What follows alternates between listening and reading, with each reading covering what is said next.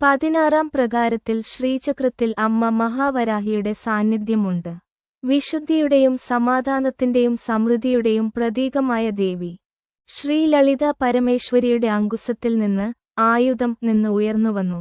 ശ്രീ രാജരാജേശ്വരിയുടെ സൈന്യത്തിൻ സേനാപതി. സപ്തമാതൃകകളിൽ ഒരാളാണ് വാരാഹി. 7 ദിവ്യമാതാക്കൾ. മാതൃതുല്യരായ 7 ദേവതകളിൽ 5-മതായി വാരാഹിയെ തരംതിരിക്കുന്നു. അതിനാൽ പഞ്ചമി എന്ന് വിളിക്കുന്നു.